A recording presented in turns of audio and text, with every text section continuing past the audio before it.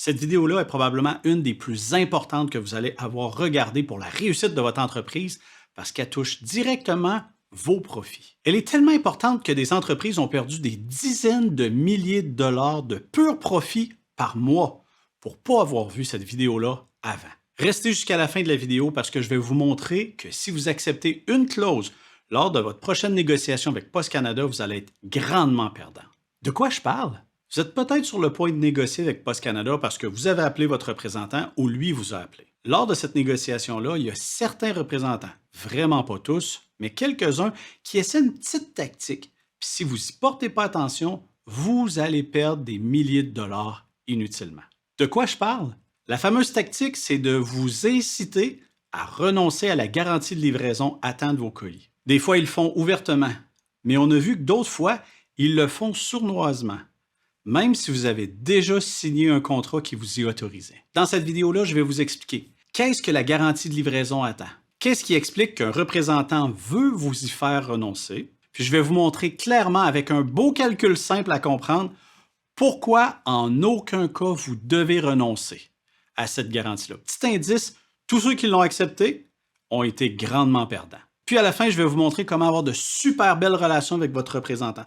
Tellement belles que vous serez peut-être même son chouchou, tout en gardant vos droits d'avoir les crédits pour vos garanties et en ayant d'excellents prix. Bonjour, ici Mathieu Lessard de Buster Fetcher. On aide des entreprises à la grandeur du Canada à réduire leurs prochaines factures d'expédition avec Post Canada, UPS, FedEx et Purolator. Si vous êtes nouveau sur ma chaîne YouTube, merci d'être là, ça me fait chaud au cœur de vous voir. Si vous n'êtes jamais venu, cliquez sur le bouton d'abonnement, sur la petite cloche et laissez-moi un thumbs up, un pouce en l'air pour être notifié la prochaine fois qu'on va sortir une nouvelle vidéo. Tous des trucs pour vous aider à réduire votre prochaine facture. Si vous êtes déjà client chez Buster Fetcher, ça me fait vraiment plaisir de vous voir. Si vous ne l'êtes pas, busterfetcher.com. C'est dans les années 2007 à 2010 que mon père a découvert les garanties de livraison. À l'époque, avec sa boutique en ligne qui expédiait dans la francophonie, donc surtout en France, mon père a beaucoup de problèmes avec la livraison express de ses produits en France. Il y a tellement de problèmes que des fois, il doit rembourser des clients inutilement. Il y a des problèmes de satisfaction à la clientèle. C'est pénible pour une business, surtout quand tu veux grandir et que tu veux bien servir tes clients. Donc, mon père a appelé son représentant Post Canada qui lui a dit que les services qu'il utilisait sont garantis, puis que quand le produit, son produit à mon père est livré en retard, il a juste à contacter Post Canada puis ils vont lui rembourser les frais d'expédition. 10 ans plus tard, mon père me donne le même conseil. Je fais du commerce électronique depuis 2001. J'avais ma propre plateforme puis ça faisait des années que j'entendais mon père me parler de l'utilité de faire mes réclamations parce qu'il disait que ça valait la peine. Moi, je pensais que c'était vraiment trop compliqué puis que ça n'en valait pas la peine. Mais en 2017, parce qu'un client s'est plaint pour la même raison que mon père, j'ai commencé à rechercher tous les colis qui étaient en retard, faire les réclamations auprès de Post Canada, puis j'étais complètement sous le choc quand je me suis rendu compte qu'à peu près 20% de mes colis étaient livrés plus tard que promis et qu'ils m'étaient tous remboursés. Donc ça veut dire que Post Canada m'a remboursé les frais d'expédition d'un colis sur 5 uniquement parce qu'ils n'avaient pas respecté le délai de livraison, ils n'avaient pas respecté leur promesse de livrer le colis dans les délais promis. Là, vous vous dites peut-être, c'est quoi ça, la garantie de livraison à temps, puis comment surtout que ça peut affecter ma profitabilité? Quand une entreprise expédie des colis avec Post Canada en utilisant les services colis accélérés, Express Post ou Priorité, Post Canada vous garantit 3 choses.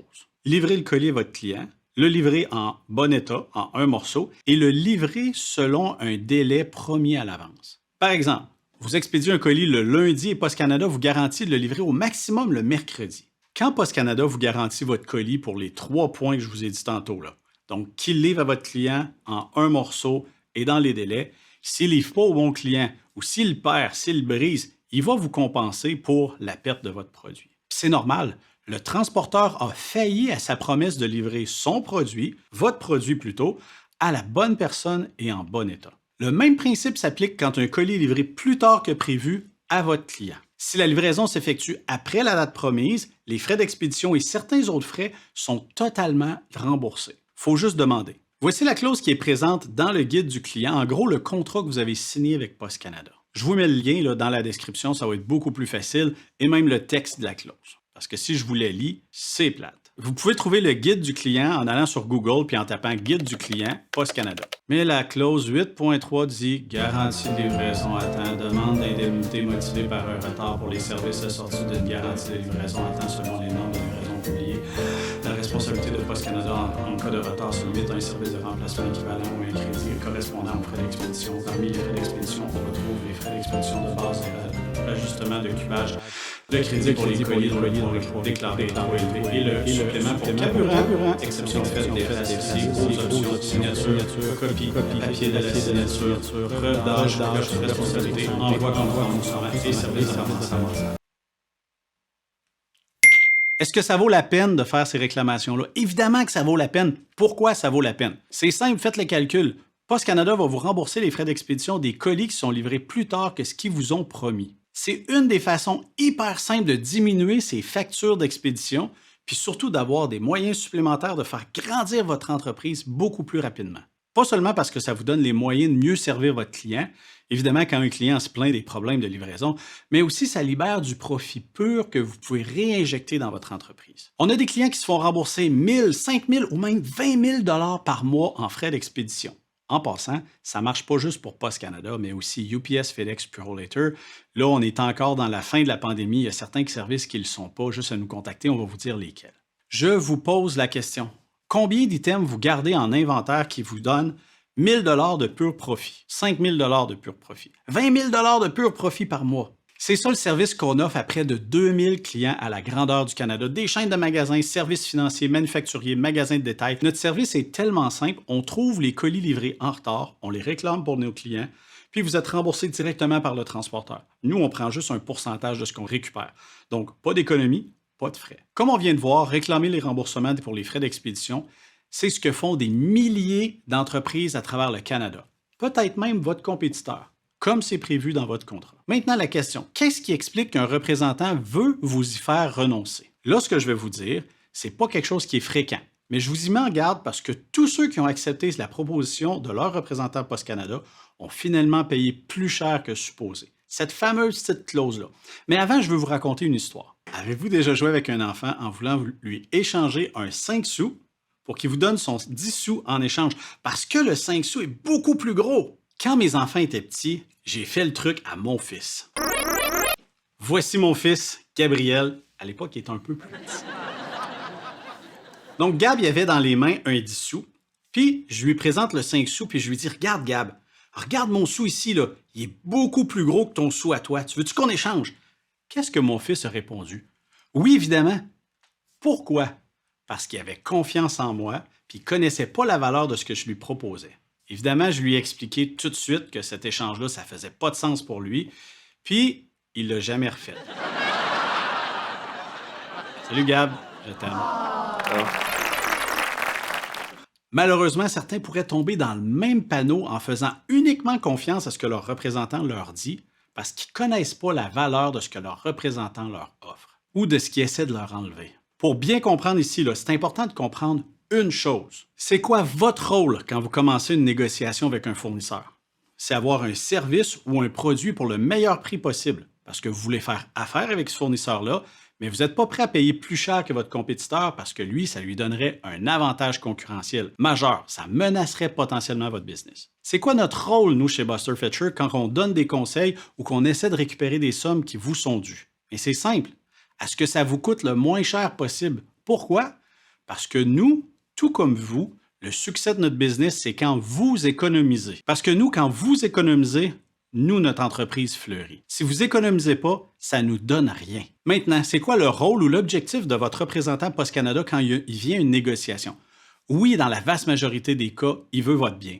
Mais son rôle principal, c'est d'amener le maximum de colis à son transporteur en ayant la plus grande marge possible sans vous perdre. Comment je le sais? Parce qu'on parle à des représentants. Mais aussi parce que j'ai personnellement interviewé un ancien haut dirigeant d'un transporteur canadien, il n'y en a pas 100, qui me l'a confirmé. Donc, maintenant qu'on sait ça, pourquoi certains représentants voudraient vous convaincre de ne pas réclamer vos colis livrés qui sont en retard? Est-ce que c'est parce qu'ils veulent vraiment un meilleur deal pour vous? Ou est-ce que c'est parce que ça serait peut-être plus avantageux pour eux et non pour vous? En fait, les représentants ont un objectif de revenu à aller chercher à chaque année. Par exemple, 1 million de dollars de colis par année de nouvelles business qu'ils doivent amener. En atteignant cet objectif-là, les bonus et leur salaire augmentent. Donc, si vous expédiez 20 000 colis par année, puis que de ces 20 000-là, 4 000 vous sont remboursés, le représentant peut avoir tendance à essayer de trouver des façons créatives pour que votre nombre de colis soit le plus haut possible, pour avoir des chances d'augmenter ses tarifs, ses bonus. Cette créativité-là peut coûter très cher à votre entreprise. On va prendre l'exemple d'un de nos clients maintenant qui ne faisait pas ses réclamations et qui perdait 10 000 de pur profit dans un mois. En mai, ce n'est pas le mois le plus gros de l'année. Ce client-là, on va l'appeler Roger. Il nous dit qu'il veut absolument avoir des bonnes relations avec son représentant. Très louable. Est-ce que ça vaut la peine? On va regarder ça ensemble, OK? Ce client-là n'a pas un meilleur service ou un moins bon service s'il a très bien négocié ses tarifs. Parce qu'on voit des milliers de clients à la grandeur du Canada, très gros, qui négocient très serré, puis ont aussi de bonnes relations avec leur représentant. La raison, c'est simple. Si le représentant perd votre business, il va perdre son bonus, puis il n'aime pas ça, perdre la business, parce que c'est jamais bon pour un représentant. Donc, en gros, les colis vont être livrés par le même livreur, traités par Post Canada, exactement de la même façon, d'un côté ou de l'autre, que vous ayez bien négocié, serré ou pas. Par contre, Roger paie plus de 120 000 $. Je vous le dis parce qu'on a fait le calcul en se fiant à mai seulement.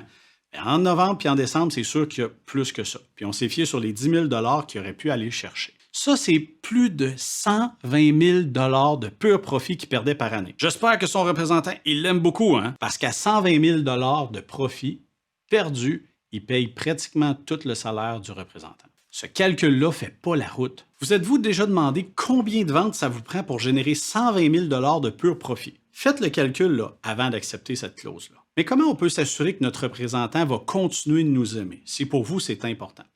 Mais continuez de faire affaire avec lui. Continuez de vous avoir comme client. Mais disons que vous voulez vraiment qu'il vous aime, là. Qu'est-ce que vous pourriez faire? Envoyez-lui une bonne bouteille de vin à tous les mois. Si on prend l'exemple de Roger, là. Roger envoie une bouteille de vin de 100 $ par mois à son représentant. Pensez-vous qu'il va l'aimer? C'est clair. En faisant ça, Roger vient de donner 1 200 $ d'amour à son représentant, mais il conserve quand même 118 800 $ de pur profit. Si Roger veut lui donner encore plus d'amour, il peut juste lui payer un voyage. Mais Roger va toujours être gagnant. Bon, là, je vous le dis, ce n'est pas tous les représentants qui accepteraient des cadeaux, mais sérieux, la raison de vouloir que votre représentant vous aime vous coûte très cher. Si on inverse les rôles, si vous avez un employé qui vous fait perdre de l'argent, du pur profit, en brisant des items dans votre magasin, par exemple, à quel moment vous allez décider que c'en est assez? Même s'il n'est pas malhonnête, là. Pensez-vous que Roger garderait un ou une employée qui lui ferait perdre 120 000 $ de pur profit par année? Jamais. Donc, pourquoi accepter de perdre ce montant-là pour plaire à son représentant alors que le service va être exactement le même? Puis là, tantôt, je parlais de bouteilles de vin ou de voyage, mais des fois, ça peut être des amenés en ticket. Juste d'être gentil va faire une grosse différence. Puis vous ne serez pas obligé d'accepter cette fameuse clause-là. Donc, en résumé, n'acceptez jamais cette clause. Puis si vous avez des doutes, contactez-nous à 1-844-311-3088. On va faire une pré-analyse gratuite de votre compte, puis on va être en mesure de vous montrer qu'il y a plein d'autres entreprises canadiennes qui ont des meilleurs tarifs que vous et qui continuent de réclamer leurs colis en retard. Qu'est-ce que vous pouvez faire si vous avez déjà accepté cette clause-là? Bien, demandez de l'enlever de votre compte. On a des clients qui l'ont fait, peu importe le transporteur. Ça fait partie d'une négociation. Ça a un impact réel sur la qualité de votre service à la clientèle, mais sur votre marge de profit. Si vous êtes prêt à réduire votre prochaine facture commerciale de Post Canada, visitez-nous à busterfitcher.com et abonnez-vous dès maintenant. C'était Mathieu Lessard de Buster Fitcher. On se voit dans une prochaine vidéo. Peut-être avec Gab.